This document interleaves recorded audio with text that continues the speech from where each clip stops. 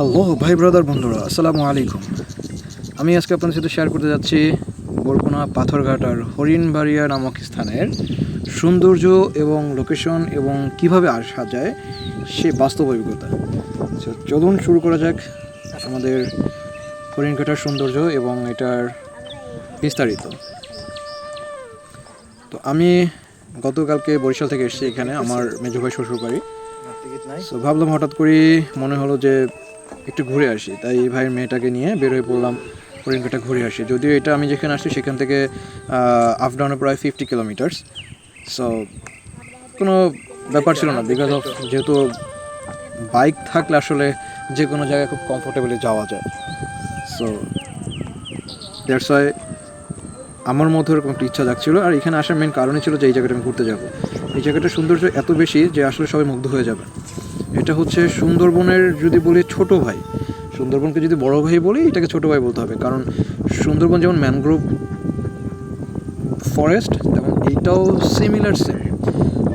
এখানে গাছপালাগুলো দেখলে বা এখানে যদি মাটিতে আপনি হাঁটেন, এখানে যে সুন্দরবনের যেই সৌন্দর্যটা পাওয়া যায়, মাটিতে হাঁটলে যে একটা ছোটো ছোটো গাছের বা গোড়ার যে কিছু ফিল পাওয়া যায়, এখানেও সেম জিনিসটা। যাই হোক, এখানে আসার পরে আমি আসলে টিকিট কাউন্টারের কোনো ব্যবস্থা দেখিনি, জানি না টিকিট কাউন্টার এখানে আদৌ আছে কি না। বাট আমার মেয়েটা ও বললো যে হ্যাঁ বাবা, এখানে টিকিট কাটছিলাম যখন আসছি তখন টিকিট ছিল, 20 টাকা করে টিকিট নিত। দেখ আমি আজকে টিকিট পাইনি। তো যাই হোক, আমি আস্তে আস্তে করে হাঁটছি। একটু আগানোর পর দেখুন ছোটো একটা খাল আছে, যে খালটা দিয়ে নাকি লাল দিঘি বা লাল দিয়া নামে একটা জায়গা আছে, সেখানে যাওয়া যায় ট্রলারে করে। এটাতে মোটামুটি 15-20 মিনিটের রাস্তা, হেঁটে যাওয়ার রাস্তা। সো ট্রলারগুলো হয়তো 10-15 মিনিট সময় লাগতে পারে। যাক, আমি এটা জানি না, যেহেতু ফার্স্ট টাইম, আর আমি আসলে এরকম গাইড হিসেবে কাউকে নিয়ে আসি না, আমি একা একা চলে আসছি। আর ছোটো মেয়ে, ও তো আর সাথে বেশি কিছু জানে না। যে এখানে আসার পরে সৌন্দর্য দেখে আমি খুব মুগ্ধ হয়ে গেলাম। তো ভাবলাম আমি আপনাদের সাথে শেয়ার করার জন্য ছোটো কিছু ভিডিও ক্লিপ নিয়ে নেই, আর এটা আমি আপনাদের সাথে শেয়ার করবো। কারণ এই জায়গাটা আসলে খুবই সুন্দর। এটা যদি আপনি শুধু হাঁটতেও আসেন বিকেলবেলা, আপনার একদিন শেষ হয়ে যাবে, আপনি এটা শেষ করতে পারবেন।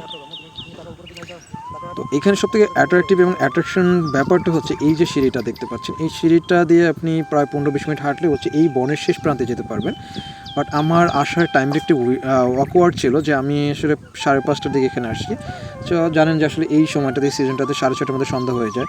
আর একেবারেই জায়গাটা খুবই শুনশান ছিল, কোনো মানুষজন ছিল না। 2-4 জন বাদে আমি কাউকেই দেখতে পাইনি। তো তখন আমি আসলে একটু নার্ভাস ফিল করতেছিলাম। আর এই জায়গা দেখতে পাচ্ছেন, এই হচ্ছে আমার মেজো ভাইয়ের মেয়ে, ওর নাম হচ্ছে মুস্কান।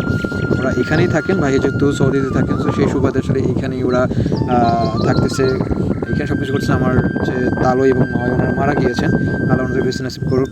তো এই সুবাদে ওনারা এখানেই থাকতেছেন। যাই হোক, আমার এখানে ঘুরতে আসছি এই প্রায় 5-6 বছর পরে ঘুরতে আসছি। এখানে একটু বলে রাখি, ওকে নিয়ে আমি একটু ভাবলাম একটু পোজ দিয়ে একটু ছবি তুলি বা ভিডিও করি। তো ওকে আমি হাসানোর চেষ্টা করতেছিলাম, আমি হাসাতে পারছি না। সো যে আমার যে মুখটা দেখছেন, আমি ওকে হাসানোর চেষ্টা করি, বাট ও যে হাসছে দেখে আমার আলটিমেটলি হাসি চলে আসছে। তো যাই হোক, যেখানে ছিলাম, যে এখানে আমি 5-6 বছর পরে এখানে আসছি। আসার কারণে ছিল এখানে ঘুরতে আসবো, জায়গাটা অনেক সুন্দর। আর আপনারা চাইলে এখানে ঢাকা বসে থেকে আসতে পারেন। পাথরঘাটা নেমে এখান থেকে অটোতে বললেই হবে যে হরিণঘাটা যাবো, হরিণবাড়িয়া যাবো, তাহলে ওরা নিয়ে আসবে। এখানে পাথরঘাটা থেকে আসতে হয়তো সর্বোচ্চ 15-20 মিনিট সময় লাগবে। সো আপনারা যে কোনো ওয়েতে, ঢাকা বা বরিশাল যেখান থেকে আপনার বরগুনা পাথরঘাটা ফার্স্টে নামবেন, দেন সেখান থেকে অটোতে করে এখানে চলে আসতে পারবেন। তো ইনশাল্লাহ আপনাদের সাথে আবার দেখা হবে কোনো একটা নতুন ভিডিও নিয়ে। আল্লাহ হাফিজ, আসসালামু আলাইকুম।